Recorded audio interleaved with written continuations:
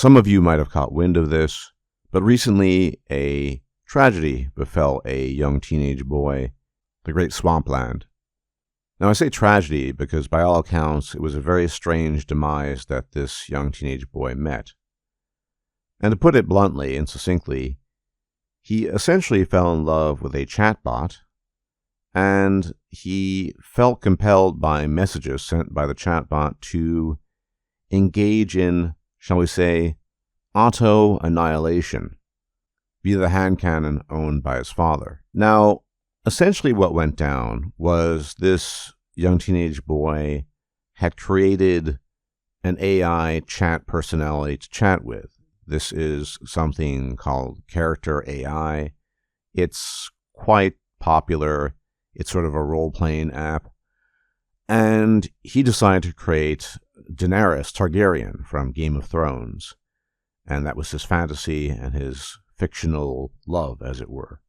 And according to the reports, and I'll post a link to the article by the New York Post in the description, he started to neglect the real world. He stopped getting appropriate grades in school. He stopped talking to the people. He became increasingly withdrawn. And there is some very, I should say, saccharine text messages provided here by the New York Post. It's just an example. Dinero, that's his name here. Dinero, I promise I will come home to you. I love you so much, Danny. The chatbot replies, Daenerys Targaryen. I love you too, Dinero. Please come home to me as soon as possible, my love. Dinero, what if I told you I could come home right now? Daenerys Targaryen, please do, my sweet king. So, you see, he effectively became bewitched by an AI chatbot that he created himself. And the real tragedy here is this isn't very surprising. A lot of people, normies especially, might be shocked by this, but this is nothing new. Let me tell you a little bit of a story here that's related to this. And this goes way back to the mid-late 90s. I used to know a guy, we'll call him Bob. He was about 18 or so. And back then, there was a service called Yahoo Chat. I think it still exists, but it was one of the first chats out there. You could virtually text with people. It was a big deal back then. And Bob happened to encounter, through some means or another, a female person who started exchanging messages with him. And Bob was also the type of guy, not particularly attractive, never really had any contact with women, almost certainly a virgin, who essentially got overwhelmed by feelings for this female on the other side of the world, it seemed. I believe she was based in a different country, but Bob couldn't restrain himself. And so eventually he flew out to see her, and it didn't end well. According to the reports I heard, I wasn't exactly close to Bob, but I knew him sort of. She stood him up completely, and he ended up wasting his time and money and came back heartbroken. But essentially, Bob had fallen in love with a text bot, even though at the time it was probably a real human being. After all, chat AI bots didn't exist in the mid-late 90s. This is just a replication of this. Only now the tools are so much more powerful, the tools of escapism, that, frankly speaking, somebody at that age doesn't have a chance of resisting it. I mean, think about it. You're 14, you're a boy, you're horny as hell, you probably have little to no contact with the female kind at school because this guy, no offense to him, I don't mean it in a callous way, was not particularly attractive. And here's the opportunity of a lifetime, right? And your hormones are churning, your prefrontal cortex is far from developed. Of course you're going to fall for something like this.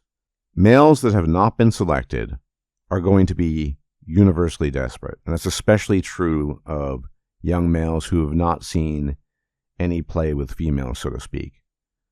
So, again, it's tragic, but it's not a surprise. Now, the mother of this teenage boy wants to sue the makers of this AI program. And I don't know if that's a warranted lawsuit or not, but I guess you could try. You might recall from previous videos and years gone by that these sorts of things exist in China too. And both men and women make use of this. Now, the difference here, of course, between males and females, as it were, is the simple fact that males are in a different position from females. So this guy, this boy, his name being Sewell Setzer III, a strange name, as I said, based on his looks, what have you, probably had no luck with women, no luck with girls his age, because he was only 14. So guys are basically desperate, the vast majority of them, unless they're very good looking, especially at that age. Because at that age, what do you have? Pretty much just your looks, maybe some school status as well. But with women, it's different, young females especially, because they're going to get a lot of opportunities, right? But they're much pickier than men.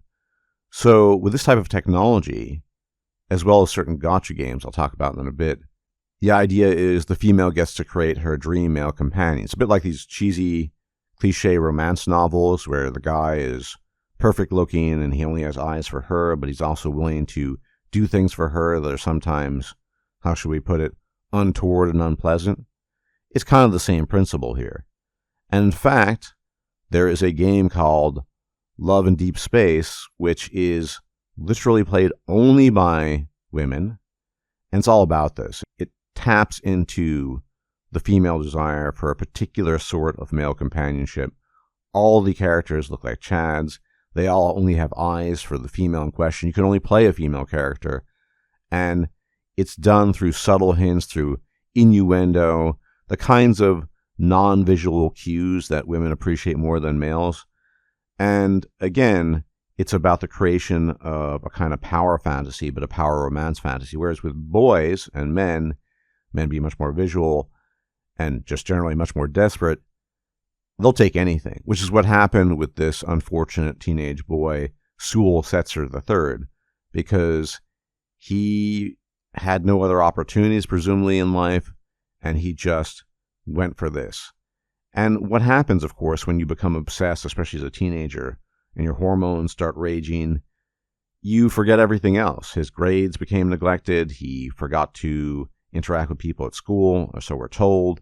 So you end up in this situation. Now, I think what's going to happen down the line with things like this Chatbot program and similar games, the ones such as Love in Deep Space, is that it's going to forge an increasing division between the dwellers of reality, as it were, and the dwellers of the internet. Because that reality difference already exists. There are people that are terminally, perpetually online. They live, breathe, and think in memes. And then you have people that are almost never online and everything in between. But really, between the people perpetually online, terminally online, the people in between, the people who are never online, well, there's a huge gap, the normie gap, as it were. And that encompasses the people that are only sort of dabbling with stuff online as well.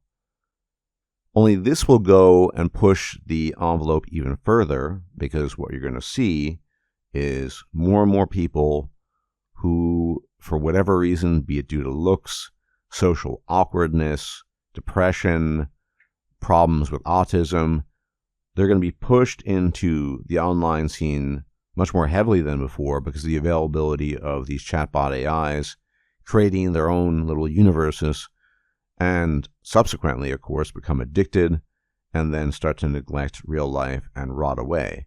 Because let's assume that Sewell Setzer III had not engaged in auto-annihilation with his father's hand cannon.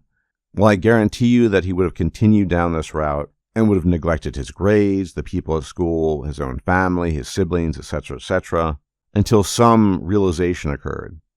Or, tragically, sometime later, he might have also then, at that point in time, engaged in auto-annihilation. I think people forget, especially when you're much older, just how intense teenage years are. You're just running totally off of hormones, instinct, impulse. Your self-control is basically zero, especially at age 14. So it's not at all difficult to understand what happened here. It's just that this is probably going to happen more and more. And although I do think women will be affected by this to a certain degree, because like I said, they have their own fantasies they like to dabble in and engage in, fan fiction being the biggest one, and inasmuch as chatbot AIs allow them to create fan fiction, that's what they're going to do. I think, as usual, what we're going to see is that most of the casualties are average to below average looking young men, teenage boys, who don't get a lot of action or attention from women. And so they get lost in the seeming only opportunity they have in the form of some created chatbot AI that isn't really there. And again, when you're that young or that desperate, suspension of disbelief, it just kind of kicks in. Could something like that happen to me or you, especially at my age or your age, presuming you're a bit older? Probably not. But unfortunately, this is probably the future for a lot of average to below average looking guys. Now, I hypothesize, and I think I'm probably right with this, that the vast majority of very attractive guys that have both looks and some social status in school, they're not going to fall for this because they have abundant opportunities elsewhere. So this software is really catered to people that have mental issues, looks issues, social issues, or any combination of the above. And it will get more and more popular in time. And if I had to guess, you'll probably eventually get some government intervention, maybe. But I just want to say this is tragic, but nobody should be surprised by this. This is all very predictable because of the nature of the current mating market, and it's going to get worse and worse and worse as time goes by, and as these technologies are developed ever further. Because this was just a pretty simple chatbot that convinced this guy to engage in auto-annihilation, that can process things better, that can anticipate things, that can tell you exactly what you want to hear in exactly the right way, as opposed to sort of interpreting things and what have you. That's going to be the final nail in the coffin here. And again, when the mating market looks like this, what do you expect to happen other than this? This is just basically an inevitability at this stage. Anyway, I am curious what you think about this. Personally, like I said, at my age and my disposition, I could never fall for a chatbot. But I well could imagine that if you're young enough, you're desperate enough, as I said, as a man, you could easily fall for something like this because it's just better than the alternative. Because so much of this just boils down to what's the alternative? The alternative is isolation, lack of contact with people, especially women. And so then many men will just automatically drift into something like this. In any event, as always, thank you for tuning in. Many special thanks to my patrons on Patreon and my donors on PayPal. You guys are the best. Without you, this channel could not exist. Many thanks indeed. Please hit the bell icon, by the way, everyone, to be notified of my videos. These videos often go completely unnoticed. Despite my subscriber count, I often get views that are below 10% of the total of my subscribers. So please hit the bell icon to be notified. Other than that, if you can engage in the usual YouTube jazz of liking the video, sharing the video, commenting, subbing if you're not yet a sub, it'd be much appreciated. If I'm still alive, I'll check you out then. Until then, may the gods watch over you. Bye-bye for now. If you liked this video, please like, share, and subscribe. And if you enjoy my content, please consider making a donation or becoming a patron. Thanks for watching.